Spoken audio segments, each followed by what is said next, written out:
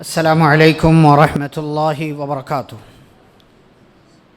بسم اللہ الرحمن الرحیم، الحمد للہ رب العالمین وبہ نستعین والصلاة والسلام علی رسولہ الامین نبینا محمد وعلی آلہ واصحابہ اجمعین ومن تبعہم بإحسان الی یوم الدین، اما بعد۔ اعوذ باللہ من الشیطان الرجیم، بسم اللہ الرحمن الرحیم۔ واعلموا انما اموالکم واولادکم فتنہ وان اللہ عنده اجر عظیم۔ رب اشرح لی صدری ویسر لی امری واحلل عقدۃ من لسانی یفقہوا قولی، رب زدنی علما۔ اللہم صلی وسلم علی نبینا محمد صلی اللہ علیہ وسلم وبارک علیہ۔ محترم حاضرین مجلس، آج کے اس درس میں آپ کے سامنے جس عنوان پر تھوڑی دیر گفتگو کرنا ہے، آپ نے سنا کہ اولاد کی تربیت میں ماں باپ کا، والدین کا اہم کردار۔ انشاءاللہ چند باتیں پوائنٹ کی روشنی میں آپ کو سمجھانے اور آپ کو بتانے کی کوشش ہوگی۔ ہم سب جانتے ہیں کہ اولاد کتنی بڑی نعمت ہے اور کتنا بڑا سرمایہ ہے، کہ اگر یہ اولاد نیک ہے تو انسان مر جاتا ہے پھر بھی اس کی نیکیوں کا سلسلہ جاری رہتا، کیونکہ نیک اولاد وہ چھوڑ کر دنیا میں گیا ہے جو اس کے لیے دعائیں کرتی ہے۔ تو بہت بڑا سرمایہ ہے، آپ کا بہت بڑا انویسٹ ہے اگر اولاد نیک ہے تو۔ لیکن اولاد نیک کب ہوگی اور اولاد کی اچھی تربیت کیسے ہوگی، کن کن چیزوں کا خیال رکھنا چاہیے؟ تو دیکھیے، سب سے پہلی بات یہ ہے کہ اولاد کی تربیت پیدائش کے بعد شروع نہیں ہوتی، بلکہ اولاد کی تربیت اولاد کی پیدائش سے بہت پہلے اس کا آغاز ہو جاتا ہے۔ اس لیے کہ اولاد پیدا ہوتی ہے ایک مرد اور ایک عورت کے ملاپ سے۔ اگر ان دونوں میں سے کوئی بگڑا ہوا ہے، کوئی اچھا نہیں ہے، تو ایسی صورت میں ممکن ہے کہ اولاد بھی اچھی نہ پیدا ہو۔ اسی لیے ہمیشہ بنیاد ٹھیک ہونا چاہیے، تب جا کر کے دیواریں ٹھیک ہوتی ہیں۔ بنیاد کمزور ہے تو دیوار بھی کمزور ہوگی، عمارت اور بلڈنگ بھی کمزور ہوگی۔ اور اس کی ایک مثال آپ دیکھیے، حضرت اسماء رضی اللہ تعالی عنہ، کس کی بیٹی ہیں؟ کس کی بیٹی ہیں؟ ابو بکر صدیق رضی اللہ عنہ کی بڑی بیٹی، بڑی پیاری، اچھی، نیک خاتون ہیں، صحابیہ ہیں، اور اس امت کے سب سے افضل انسان کی بیٹی ہیں۔ گھرانہ مالدار ہے، ابا مالدار ہیں، گھر میں لوڈیاں ہیں، غلام ہیں۔ حضرت ابو بکر صدیق رضی اللہ تعالی عنہ نے نکاح کر دیا اپنی بیٹی اسماء رضی اللہ تعالی عنہ کا۔ کس سے؟ زبیر رضی اللہ تعالی عنہ سے، زبیر بن عوام۔ کس میں سے ہیں؟ عشرہ مبشرہ میں سے، وہ 10 صحابہ جنہیں جنت کی خوشخبری اسی دنیا میں نبی صلی اللہ علیہ وسلم نے تھی۔ لیکن مال کے نام پر کچھ نہیں ہے، سوائے ان کے اپنے گھوڑے کے مال کے نام پر کچھ نہیں ہے، بہت زیادہ نہیں ہے ان کے پاس، اور ابو بکر رضی اللہ عنہ بڑے مالدار، لیکن اپنی بیٹی کا نکاح کر دیا دینداری دیکھ کر کے۔ ابو بکر صدیق رضی اللہ عنہ نے کس سے؟ زبیر بن عوام رضی اللہ تعالیٰ عنہ سے، صرف دینداری دیکھا۔ آپ جانتے نتیجہ کیا آیا؟ کون پیدا ہوا؟ عبداللہ بن زبیر، عبداللہ بن زبیر رضی اللہ تعالیٰ عنہ کمانڈر ہیں، جرنیل ہیں، نبی صلی اللہ علیہ وسلم کی احادیث کا بہت بڑا ذخیرہ امت تک پہنچایا انہوں نے، اور مدینے میں پیدا ہونے والے سب سے پہلے لڑکے ہیں عبداللہ بن زبیر رضی اللہ تعالیٰ۔ جب صحابہ مدینہ آئے تو صحابہ کو اولاد نہیں ہو رہی تھی، تو منافقین نے ستانا شروع کیا، یا یہ کہہ لیجئے مکے والوں نے کہنا شروع کیا کہ ان کی وہاں کی آب و ہوا کے شکار ہو گئے ہیں، یا ان کی عورتیں باج ہو گئی ہیں، اور ان کے ساتھ ایسا ہو گیا ایسا ہو گیا۔ تو عبداللہ بن زبیر رضی اللہ تعالیٰ عنہ کی پیدائش سب سے پہلے مدینے کے اندر، تو پیدائش سے پہلے ہی اولاد کی تربیت کا سلسلہ شروع ہوتا ہے، جس میں ماں باپ دونوں کو اپنا کردار پیش کرنا۔ اسی لیے نبی صلی اللہ علیہ وسلم نے کیا فرمایا؟ دیندار لڑکی دیکھ کر شادی کرو، ورنہ تریبت یداک، تمہارے دونوں ہاتھ خاک آلود ہو جائیں گے، نقصان اٹھانا پڑے گا۔ اور لڑکے کے بارے میں کیا کہا؟ جب تمہارے پاس کسی ایسے لڑکے کا رشتہ آئے جس کا دین بھی اچھا ہو، جس کے اخلاق بھی اچھے ہوں، تو اپنی بیٹی کی شادی کر دو اس سے، ورنہ زمین میں لمبا چوڑا فتنہ اور فساد پیدا ہوگا۔ یہ پہلی چیز کہ اولاد کی تربیت میں، اولاد کے تعلق سے ماں باپ کا سب سے پہلا اور بڑا کردار یہ ہے کہ اپنی اولاد کی پیدائش سے پہلے ہی بنیاد وہ مضبوط کریں۔ دنیا داری، مالداری، خوبصورتی، یہ دینداری کے بعد آتا ہے۔ پہلے آپ، ایسا نہیں ہے کہ مالداری مت دیکھیے، خوبصورتی مت بالکل دیکھیے، خاندان بھی دیکھیے، بالکل دیکھیے، لیکن پہلے دینداری دیکھیے۔ دینداری سے کمپرومائز مت کیجیے، باقی چیزوں سے آپ سمجھوتا کر لیجئے، لیکن دینداری سے سمجھوتا مت کیجیے۔ یہ پہلی بات۔ دوسری بات کیا ہے؟ شادی ہو گئی، جوڑا ٹھیک ہے، نیک ہے، اب ان دونوں کو چاہیے کہ نیک اولاد کی دعا کریں، صرف اولاد کی نہیں۔ ہمارے ہاں لوگ اولاد چاہتے ہیں اور اسی کے لیے دعائیں بھی کرتے ہیں، جبکہ اولاد، نیک اولاد کا سوال کرنا چاہیے۔ انبیاء کی دعائیں آپ دیکھیے، ابراہیم علیہ السلام کی دعا رب ہب لی من الصالحین، اے میرے رب مجھے نیک اولاد دے دے۔ حضرت زکریا کہتے ہیں رب ہب لی من لدنک ذریۃ طیبہ، اے میرے رب ایک ایک جو ہے اچھی ذریت دے دے۔ رب ہب لی من لدنک ولیہ، اے اللہ اپنی طرف سے ایک وارث دے دے۔ رب لا تذرنی فردا وانت خیر الوارثین، اے اللہ مجھے اکیلا نہ چھوڑنا، تو سب سے بہترین وارث عطا کرنے والا۔ تو نبی، انبیاء سوال کر رہے ہیں اللہ سے اولاد کا، تو کیا سوال کر رہے ہیں؟ نیک اولاد کا۔ اور مومنوں کی صفات میں اللہ نے کیا کہا؟ مومن دعا کرتے ہیں، کیا کہتے ہیں؟ ربنا ہب لنا من ازواجنا وذریاتنا قرۃ اعین، اے اللہ ہمارے جوڑوں کو اور ہماری ذریت کو ہماری آنکھوں کی ٹھنڈک بنا دے، وجعلنا للمتقین اماما، اور ہمیں متقیوں کا امام بنا دے۔ تو نیک اولاد کی دعا کریں۔ اس حوالے سے ابھی اخیر میں ایک واقعہ میں آپ کے سامنے ذکر کروں گا جب ایک اور بات آئے گی۔ یہ دوسرا پوائنٹ۔ تیسرا پوائنٹ کیا ہے؟ اب اگر اللہ کی طرف سے مقدر ہو جاتا ہے اور آپ کو ایک خوشخبری ملتی ہے کہ اللہ آپ کو اولاد کی نعمت عطا کرنے والا، تو یہ جو حمل کا دورانیہ ہے جس کی مدت 9 مہینے یا جو بھی ہے، اس دوران مسلسل دعائیں کرتے رہنا چاہیے، مسلسل۔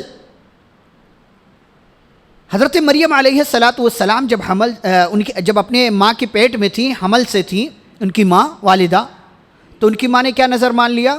رب انی نذرت لک ما فی بطنی محررہ، اے میرے رب میں اپنے بچے کو، جو میرے پیٹ میں بچہ ہے، میں اسے تیرے گھر کی خدمت کے لیے وقف کرتی ہوں، میں نے نظر مان لیا۔ لیکن جب ان کے یہاں اولاد ہوئی، ڈیلیوری ہوئی، تو ان کے یہاں لڑکا نہیں بلکہ لڑکی پیدا ہوئی۔ تو انہوں نے کہا اللہ میرے یہاں لڑکی پیدا ہوئی، میں یہ سوچ رہی تھی کہ لڑکا پیدا ہوگا، اور لڑکا تیرے گھر کی خدمت کرے گا، لیکن مسجد کی خدمت جیسے لڑکا کر سکتا ہے ویسے لڑکی نہیں کر سکتی ہے۔ اب یہاں میرے ہاں لڑکی پیدا ہوئی، پھر بھی انہوں نے کیا کیا؟ کیا کہا؟ اے اللہ میں نے اس بچی کا نام کیا رکھا ہے؟ مریم۔ وَإِنِّي أُعِيذُهَا بِكَ وَذُرِّيَّتَهَا مِنَ الشَّيْطَانِ الرَّجِيمِ، اے اللہ میں اس بچی کو اور اس کی نسل کو تیری پناہ میں دیتی ہوں کہ مردود شیطان سے اس کی حفاظت کرنا۔ اب اللہ نے کیسے حفاظت کی دیکھی؟ مسلسل دعائیں کرتے رہنے کا فائدہ کیا ہوگا؟ دعا کس نے مانگا؟ مریم کی ماں نے۔ اور مریم علیہ السلام کو اور ان کے بیٹے عیسیٰ علیہ السلام کو اور آگے سارے لوگوں کو کیا فائدہ ہوا؟ جب مریم علیہ السلام پیدا ہوئیں، عیسیٰ علیہ السلام جب پیدا ہوئے اپنی ماں کے پیٹ سے، آپ جانتے ہیں پیارے نبی صلی اللہ علیہ وسلم فرماتے ہیں جب بچہ پیدا ہوتا ہے تو شیطان اس کو کچوکے لگاتا مارتا ہے، اسی کی وجہ سے بچہ روتا ہے، بچی روتی ہے۔ اس سے دو لوگ بچے، ایک مریم اور ان کے بیٹے عیسیٰ علیہ السلام۔ کیوں؟ ماں نے دعا مانگا تھا۔ مریم علیہ السلام تھوڑی بڑی ہوئیں تو اللہ نے کس کی کفالت میں دے دیا؟ زکریا علیہ السلام کے۔ ایک نبی کفالت کر رہے ہیں، ان کی تربیت کر رہے ہیں، کس کی دعا؟ ماں کی۔ اور آگے بڑھیں، مریم علیہ السلام کو اللہ بن موسم کے روزی دے رہا، پھل دے رہا ہے۔ زکریا علیہ السلام بھی حیران ہوتے ہیں کہ میں لا کر کے نہیں دے رہا ہوں، کون لا رہا؟ تو مریم کہتی ہے اللہ کے پاس سے آ رہا۔ کس کی دعا؟ ماں کی دعا۔ مریم علیہ السلام بڑی ہو گئی، اللہ نے اونچا مقام دیا، کہا مریم میں نے تمہیں چن لیا، تمہارا انتخاب کر لیا۔ اور پیارے نبی صلی اللہ علیہ وسلم فرماتے ہیں کہ عورتوں میں سے 4 عورتیں بڑی باکمال ہوئیں، آسیہ، مریم، خدیجہ، عائشہ، اور بعض روایتوں میں فاطمہ رضی اللہ عنہا کا بھی نام۔ تو ایک خاتون کون ہے؟ مریم۔ کس کی دعا؟ ماں کی دعا۔ عیسیٰ علیہ السلام ماں کے ذریعے پیدا ہوتے ہیں، صرف اللہ تعالیٰ معجزے کے ذریعے پیدا کرا، اتنا اونچا مقام دے رہا ہے ماں کو، مریم کو اور عیسیٰ علیہ السلام کو۔ کس کی دعا ہے پیچھے؟ مریم کی ماں کی دعا ہے۔ اور اللہ نے ایک تہمت سے، ایک الزام سے بچا کر کے دودھ پیتے بچے کو بولنے کی طاقت دے دی۔ کس کی دعا ہے؟ پیچھے ماں کی دعا ہے۔ مسلسل دعائیں کرتے رہنا۔ آپ کا بچہ، آپ کی بچی ماں کے پیٹ میں ہے، ڈیلیوری کا ٹائم ہے، ڈیلیوری کے بعد کا مرحلہ ہے، بچہ چھوٹا ہے، مسلسل دعائیں کرتے رہنا۔ یہ ماں باپ دونوں کا کردار ہے اور بہت بڑا کردار ہے، بہت اہم کردار ہے۔ نمبر 4، جب بچہ حمل کے دوران ماں کے پیٹ میں ہے تو بطور خاص ماں کو چاہیے کہ ہر قسم کی برائی سے، گناہ کے کام سے دور رہے، کیونکہ ڈائریکٹ انڈائریکٹ اثر اس کا بچے پر جاتا ہے۔ اور دنیاوی حساب سے دیکھیے تو اسی لیے ڈاکٹر، بچہ صحت مند پیدا ہو اسی لیے ڈاکٹر کہتے ہیں اچھی اچھی غذائیں کھانا چاہیے، ماں کو ٹینشن نہیں ہونا چاہیے، ہر قسم کی تکلیف سے بچاؤ، آرام دو، راحت دو۔ یہ دنیاوی اعتبار سے۔ دین کے اعتبار سے کیا ہے؟ برائی سے بچو، گناہ کے کام سے بچو، نیکی کے کام کرو، نماز پڑھو، دعائیں کرو، تہجد کا اہتمام کر سکتے ہو تہجد کا اہتمام کرو، قرآن کی تلاوت کرو۔ یہ حمل کے دوران یہ سب کام کرتے رہنا چاہیے، اس کا سیدھا اثر بچے پر پڑتا ہے جو ماں کے پیٹ میں موجود ہے۔ یہ نمبر 4۔ نمبر 5، اب اللہ کا فضل ہوا، اس کی عنایت ہوئی، بچہ پیدا ہو گیا، تو اب سنت کے حساب سے اس کا جو ہے عقیقہ کیجیے اور اس کا اچھا سا نام رکھیے۔ ناموں کا اثر ہوتا ہے۔ ہمارے ہاں لوگ آج ڈراموں سے نام لے کر کے اولاد کرتے، بعض دفعہ لوگ فون کرتے ہیں کہتے ایسا نام بتاؤ جو کسی کا نہیں ہو۔ کہاں سے لائیں؟ ایسا نام کہاں سے لائیں؟ پھر وہ لوگ ڈراموں سے نام لیتے ہیں، پھر وہ بعض دفعہ ہر جگہ بچے کو وضاحت کرنی پڑتی ہے، میرے نام کا مطلب یہ ہے، میرے نام کا مطلب یہ ہے، میرے نام کا مطلب یہ ہے۔ عجیب عجیب لوگوں نے نام رکھا ہوا ہے۔ اور کہیں تو رواج چلتا ہے قرآن میں جو لفظ بھی مل جائے سب اچھا ہے، قرآن کا جو ہے لفظ نام رکھ دو۔ ناموں کے تعلق سے ہمارے ہاں بڑی کوتاہیاں، بہت کوتاہیاں۔ سعید بن مسیب رحمہ اللہ کہتے ہیں ان کے دادا کا نام حزن تھا۔ حزن کا مطلب غم، پریشانی۔ صحابی ہیں سعید بن مسیب بہت بڑے تابعی ہیں۔ ان کے ابا مسیب صحابی اور ان کے دادا حزن یہ بھی صحابی۔ نبی صلی اللہ علیہ وسلم نے ان سے کہا کہ چاہو تو اپنا نام بدل لو، حزن کوئی اچھا نام نہیں ہے، اس کا مطلب ہوتا ہے ٹینشن، غم۔ اللہم لا سہل الا ما جعلتہ سہلا وانت تجعل الحزن اذا شئت سہلا. حزن مطلب غم ہوتا ہے، ٹینشن ہوتا ہے. تو انہوں نے نام نہیں بدلا، نبی کا مشورہ تھا. سعید بن مسیب رحمہ اللہ کہتے ہیں میرے خاندان میں یہ اثر برابر رہا کہ کوئی نہ کوئی کسی نہ کسی ٹینشن میں ہمیشہ مبتلا رہا. ناموں کا اثر ہوتا ہے، ناموں کا امپیکٹ، ایفیکٹ، اس کا اثر ہوتا ہے بچے پر. تو اچھا نام رکھیے، صحابہ کے نام پر، صحابیات کے نام پر. وہ کہیں نہ کہیں اچھی نیت کے ساتھ اچھا نام رکھیں گے، اثر آئے گا. اور ماڈرن نام، الگ نام، یونیک نام، یہ نام وہ نام، یہ سب بلا وجہ کے چونچلے ہیں، ان سب سے بچنا چاہیے. یہ پانچویں چیز، پانچواں جو اہم کردار ہے ماں باپ کا اولاد کی تربیت کے حوالے سے. چھٹی بات کیا ہے کہ بچہ جیسے بڑا ہو رہا ہے. اچھا یہاں پر ایک اور چیز، کل ہی کسی عالم کا میں نے فتویٰ پڑھا. بعض عورتیں بڑی کوتاہ ہوتی ہیں اور آرام کی خاطر اپنے آپ کو جو ہے بچے کو جو دودھ دیتی ہیں، وہ حالانکہ ان کے ہاں دودھ آ رہا ہے، اللہ کی طرف سے روزی آ رہی ہے بچے کے لیے، لیکن وہ دودھ پلانے کے بجائے بچے کو ڈبے کا دودھ پلاتی. یہ بچے کا حق چھیننا ہوا. جو غذا بچے کو ماں کے دودھ سے ملے گی وہ دنیا کے ڈبوں سے اور جو ہے یہ ساری چیزوں سے نہیں مل سکتی. یہ بچے کا حق ہے کہ ماں اس کو دودھ پلائے اگر اللہ نے اس کے ہاں دودھ میسر کر رکھا. اور اگلا کام اسی میں کیا ہے، بچہ جب بولنا شروع کرے. ہمارے ہاں تو آج کل یہ انگریزی کا، انگلش کا خمار اتنا ہے کہ بچے کو جیسے بولنا شروع کرتا ہے اس کو انگلش کے الفاظ ہم جو ہے یاد کروانا شروع کر دیتے. بیٹا یہ کیا ہے؟ یہ بکٹ ہے. یہ کیا ہے؟ یہ فلاں. یہ بیڈ ہے. یہ کیا ہے؟ یہ شو ہے. پہلے اس کو اسلامی ماحول میں اچھی چیزیں سکھائیے، بتائیے، پہچان کرائیے اس کو. یہ کیا ہے؟ یہ قرآن ہے. یہ کیا ہے؟ یہ مصلی ہے. یہ کیا ہے؟ یہ مسجد ہے. اس کو پہچان کروائیے، اس کے دماغ میں ڈالیے. اور جب بچہ بولنا شروع کرے تو اسے مختلف اچھی چیزوں کی طرف رہنمائی کروائیے. ہم نہیں کرواتے. اور آج کل ایک ہمارے ہاں مسئلہ کیا ہے کہ رشتہ داروں کی پہچان بھی نہیں ہے بچوں کے ہاں. اب یہ جو نسل آ رہی ہے نا، بہت زیادہ کس کو پہچانتے ہیں؟ چاچا، پھوپھی، بس خلاص. اس کے آگے کون ہے، کیا ہے. بعض لوگوں کو تو خاندان کا تعارف بھی نہیں پتا ہے کہ ہمارا خاندان کون سا ہے، کہاں سے ہے، کیا ہے، ہمارے دادا کون تھے، پردادا کون تھے، کہاں سے ہم آئے، کیا ہوا، نہیں پتا ہے. یہ سب پہچان کروائیے بچے. بتائیے، اہمیت بتائیے، باپ کا مقام بتائیے، ماں کا مقام بتائیے، دادا کا مقام بتائیے. گھر والوں میں اور دیگر جو رشتہ داریاں، بھائی بہن ہیں، ان کا مقام بتائیے. یہ اچھی چیزیں بچے کے دماغ میں ڈالنے کی کوشش کیجیے. اور اسی میں کیا ہے، اس کے سامنے کوئی بھی کام آپ کریں تو اچھا کام کریں. آپ دیکھیں بچے کے سامنے ماں باپ موبائل لے کر کے ہیں تو بچے کو لگتا ہے کہ کوئی اچھی چیز ہے تو ہمیں بھی چاہیے. آپ جو دیکھ رہے ہوتے ہیں وہی بچہ بھی دیکھ رہا ہوتا.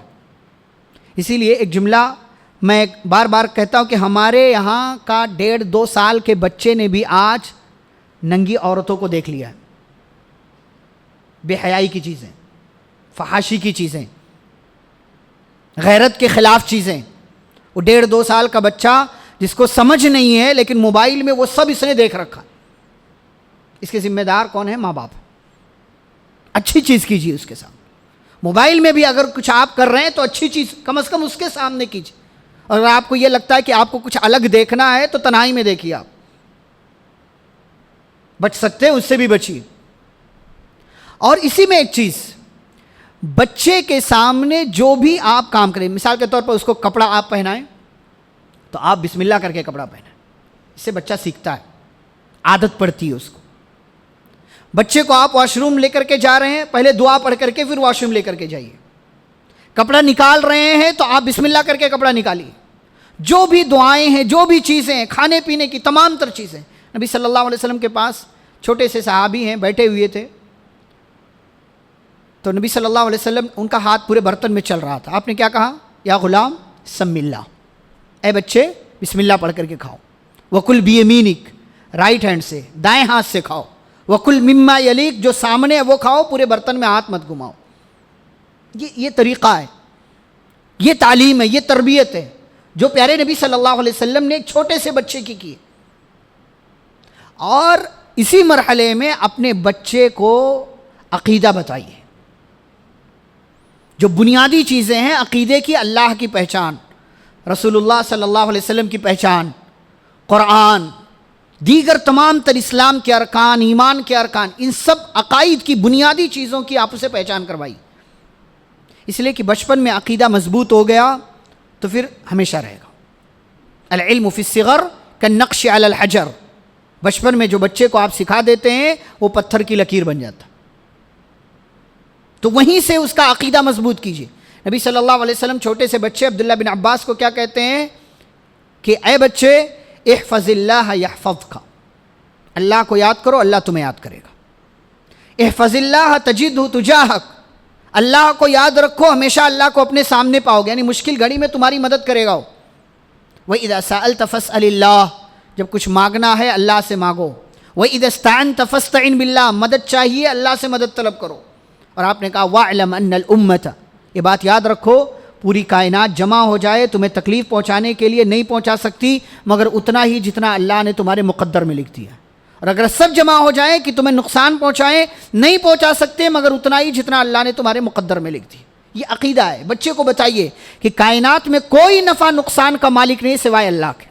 آپ کا کوئی کچھ نہیں بگاڑ سکتا جب تک اللہ نہ چاہے. اللہ آپ کے کام آنے والا، اللہ آپ کی بگڑیاں بنانے والا، اللہ ہر چیز پر قادر ہے. اسے بتائیے کہ کائنات کی ساری طاقتیں مل کر کے آپ کو ذرہ برابر فائدہ یا نقصان نہیں پہنچا سکتی. یہ عقیدہ ٹھیک کیجیے.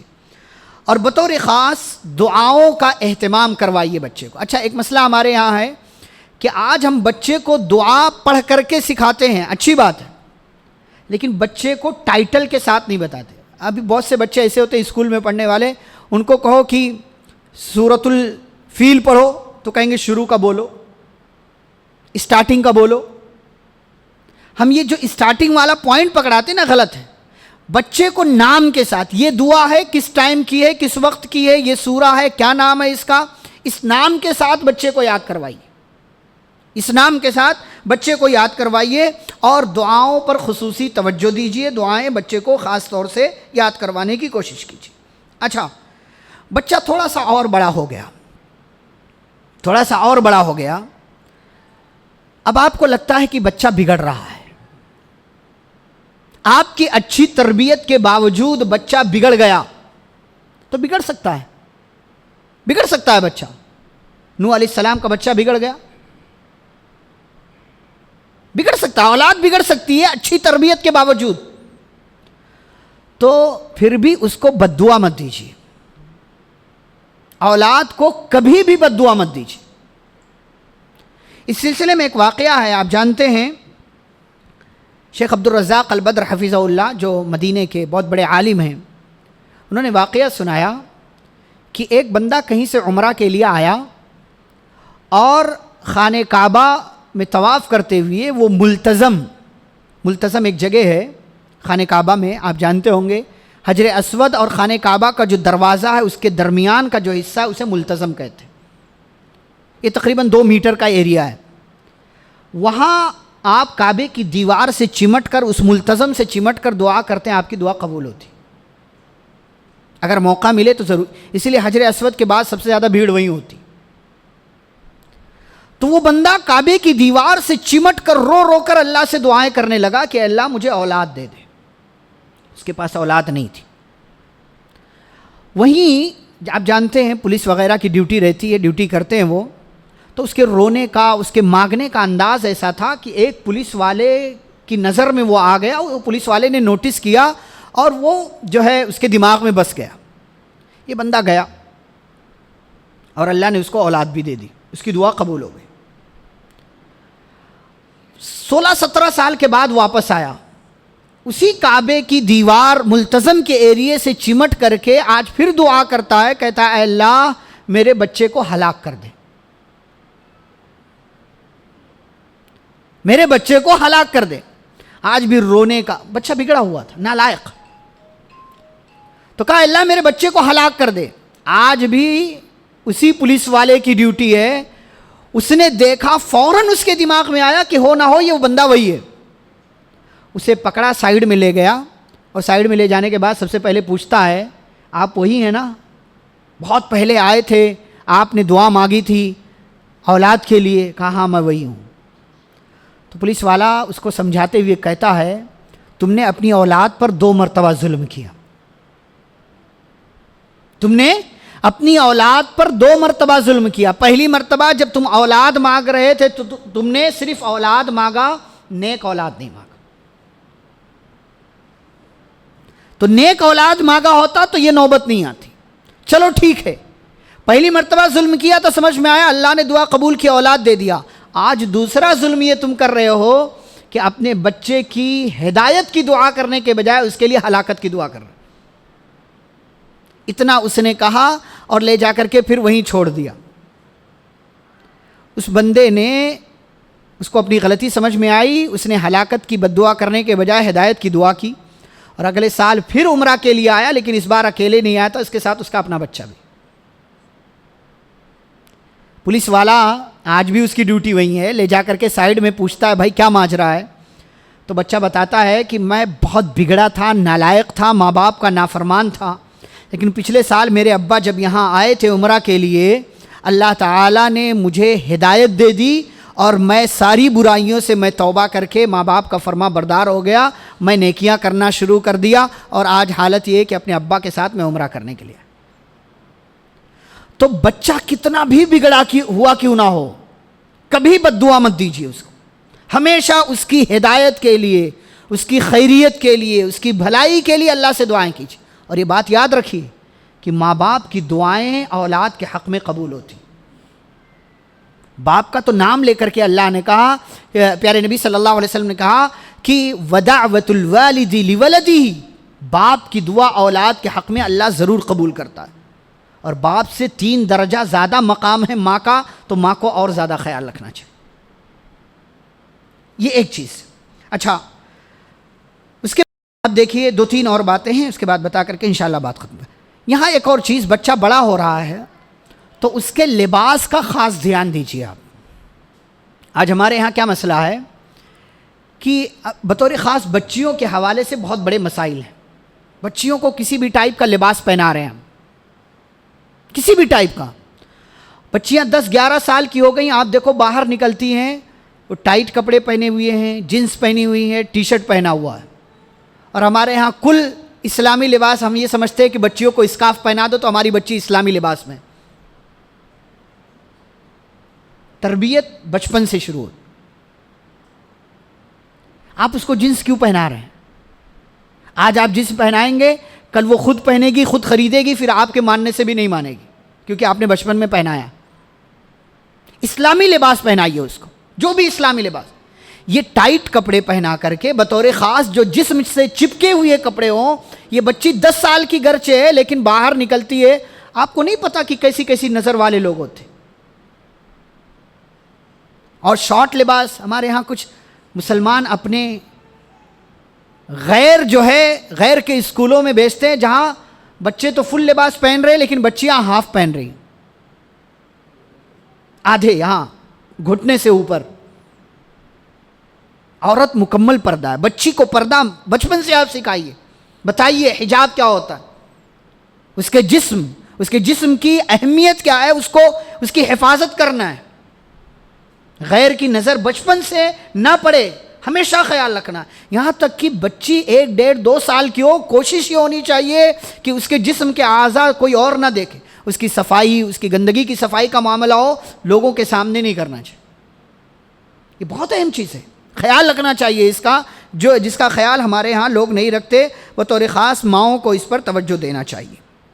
اچھا، آخری بات ہے، وہ بات یہ ہے کہ بچے بڑے ہو جائیں، بہت بڑے، 30 سال کا بھی بچہ ہو گیا، تو تربیت صرف آپ کو 5, 10, 12, 15 سال تک نہیں کرنا ہے. وہ ٹھیک ہے کہ 7 سال کا ہو جائے نماز کی نصیحت کرو اور تربیت کرو، سکھاؤ، 10 سال تک اس کی تربیت کرو. مسئلہ یہ ہے کہ آج ہم 2 سال کے بچے کو تو مسجد لے کر کے آتے ہیں، لیکن بچہ 8-10 سال کا ہوتا ہے تو اس کو ساتھ میں مسجد لے کر کے نہیں آتے. حالانکہ 2 سال والے بچے کو لے کر کے باپ آئے ایسی کوئی مثال آپ کو صحابہ کے یہاں نہیں ملے گی. آپ بتائیے کوئی صحابی اپنے چھوٹے سے بچے کو مسجد لے کر کے آئے ہوں, 2 سال کا ہے, 1.5 سال کا ہے. وہ تو عورتیں آتی تھی, ان کی صفوں سے آواز آتی تھی نبی کو بچوں کے رونے کی, تو نبی نماز مختصر کر دیا کرتے تھے. عورتیں لے کر کے آئیں سمجھ میں آتا ہے, لیکن مرد یہاں 2-1.5 سال کے بچے کو, 2.5 سال کے بچے کو لے کر کے آتے ہیں, اور یہی مرد جب ان کا بچہ 6, 7, 8 سال کا ہو جاتا تو لے کر کے نہیں آتے کہ چل تو بھی, میں جا رہا ہوں. حالانکہ اصل عمر یہ ہے بچے کو مسجد لانے کی. بچے کو مسجد لانے کی اصل عمر یہ ہے کہ بچہ 7 سال کا ہو تو نماز کے تعلق سے نصیحت کے لیے, تربیت کے لیے, اس کی تادیب کے لیے, ادب سکھانے کے لیے مسجد لے کر کے آئی. 3 سال ٹریننگ کا مرحلہ, 3 سال میں سیکھ جاتا ہے تو ٹھیک ہے, 10 سال کا ہو جائے تو مار سکتے ہو, گرچہ فرض نہیں ہوئی ہے ابھی اس کے اوپر. لیکن یہ نماز کی اہمیت ہے اپنے آپ میں کہ 10 سال کا بچہ نماز نہیں پڑھتا تو اس کو مار سکتے ہو. بہرحال آخری بات کیا ہے, بچہ بڑا بھی ہو گیا, 25 سال, 30 سال, 35 سال, 40 سال, 50 کا بھی ہو گیا, آپ زندہ ہیں, اگر وہ کچھ غلط کرے نا, آپ اس کو تنبیہ کیجیے. اس سلسلے میں بڑی پیاری سی مثال ہے یعقوب علیہ السلام کے, اللہ نے سورۃ البقرہ میں ذکر کیا ہے کہ یعقوب علیہ السلام بیمار ہیں, اور وہ بیماری جو وفات والی ہے, مرض الموت. اپنی ساری اولاد کو, سارے بچوں کو بلاتے ہیں. کتنے بچے ہیں؟ 12 بیٹے. اس میں ایک بیٹا کون ہے؟ نبی.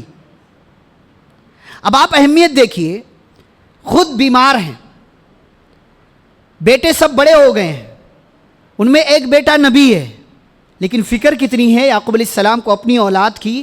بلاتے ہیں, پوچھتے ہیں ما تعبدون من بعدی, بتاؤ میرے بعد کس کی عبادت کرو گے. یہ تربیت ہوتی. یہ نہیں کہ آپ نے 10-12 سال تک دیکھا, اس کے بعد کہا کہ ہاں اب تو بچہ بڑا ہو گیا, اچھا برا سمجھتا ہے, اور شادی ہو گئی, اب میرا بس نہیں چلتا.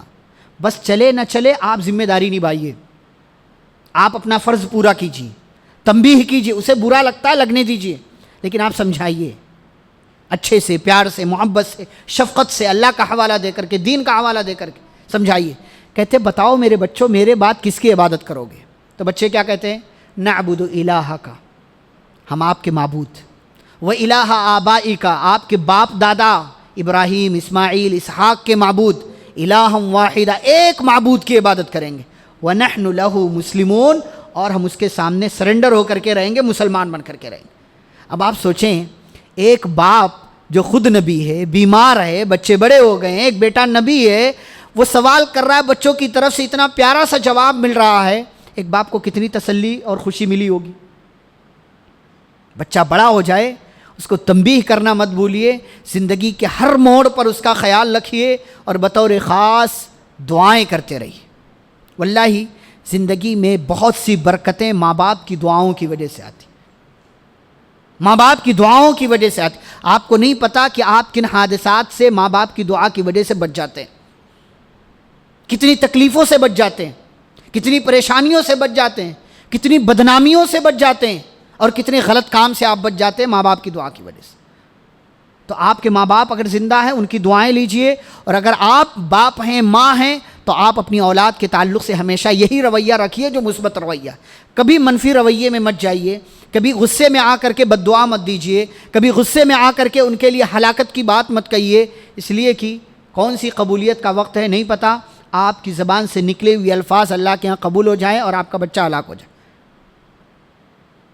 امام بخاری رحمہ اللہ آپ جانتے ہیں پیدا ہوئے تھے نابینا, باپ محدث تھے, ماں کو فکر ہو گئی کہ بچے کو میں عالم بنانا چاہتی ہوں, لیکن اس کے لیے اتنی بڑی دشواری ہے کہ بچے کی آنکھ ہی نہیں ہے. آپ کو کہتے ہیں نا کہ بچہ ضد کر کے ماں باپ کو منوا لیتا ہے, تو ماں نے اللہ سے ضد کر کے منوا لیا, دعائیں کی, خوب دعائیں کی, اور ماں کی دعاؤں کی وجہ سے اللہ نے بچے کی آنکھ واپس کر دی. اور اس آنکھ کو امام بخاری رحمہ اللہ نے, وہ بچہ جو محمد بن اسماعیل ہے, ماں کی دعا کی وجہ سے آنکھ واپس ملی, بینائی واپس ملی, دین کے لیے اپنی ساری آنکھوں کی روشنی لگا دیا, اور اتنا بڑا نام ہوا کہ آپ جانتے ہیں کہ دنیا انہیں امام بخاری رحمہ اللہ کے نام سے جانتی. قرآن کے بعد سب سے زیادہ صحیح کتاب لکھی. تو ماں کی دعائیں, باپ کی دعائیں بندے کی, بچے کی زندگی میں بہت بڑا رول پلے کرتی ہیں, بہت بڑا کردار ہوتا ہے ان کا. تو اپنی اولاد کے لیے ہمیشہ دعائیں کیجئے, چاہے اولاد زندہ ہو یا انتقال ہو گیا ہو، اور اسی میں اگر میں ایڈ کروں تو آپ اپنے ماں باپ کے لیے، اگر آپ اولاد ہیں اپنے ماں باپ کے لیے دعائیں کیجئے، چاہے وہ زندہ ہوں یا ان کی وفات ہو چکی ہو۔ یہ چند باتیں تھیں جو اولاد کی تربیت میں ماں باپ کے اہم کردار کے حوالے سے میں نے رکھنے کی کوشش کی ہے۔ اللہ رب العزت سے دعا ہے اللہ ہم سبھی کو دنیا کے اندر زندہ رہتے ہوئے جو بھی ہماری ذمہ داریاں ہیں، ہمارا کردار ہے، ہمیں اپنی ذمہ داریاں اور اپنا کردار مکمل طور سے نبھانے کی توفیق عطا فرمائے۔ اللہ جب تک دنیا میں زندہ رکھے اسلام اور ایمان پر، خاتمہ ہو تو خاتمہ بالخیر ہو۔ وصلی اللہ تعالی علی نبینا محمد وعلی آلہ واصحابہ اجمعین۔ ربنا تقبل منا انک انت السمیع العلیم۔ والسلام علیکم ورحمۃ اللہ وبرکاتہ۔ اچھا، ہماری اوپر خواتین ہیں، بہنیں موجود ہیں، اگر ان کے یہاں کسی ٹائپ کا موضوع سے ریلیٹڈ کوئی سوال ہے تو سوال بھیج دیں، انشاءاللہ اگر مجھے اس کا علم رہے گا تو میں جواب دینے کی کوشش کروں گا۔ بارک اللہ۔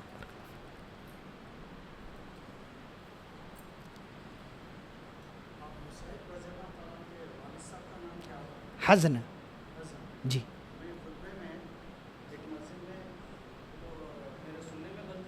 جی، نہیں حزن، حزن، ہاں جی جی جی۔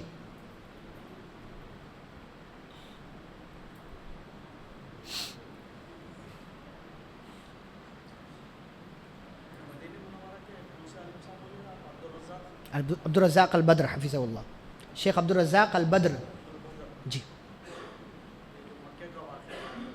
مدینے کا، ہاں مکے کا، جی جی جی جی جی جی، ہے ان کی کلپ ہے عربی میں یوٹیوب پر موجود ہے۔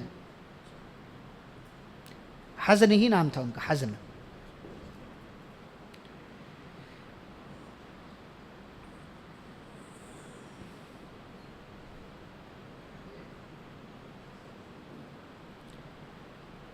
خواتین میں کوئی سوال ہے تو لکھ کر کے بھیج دیں کسی چھوٹی بچی کے ذریعے، اور اگر نہیں ہے تو بھی اس کی اطلاع دے دیں۔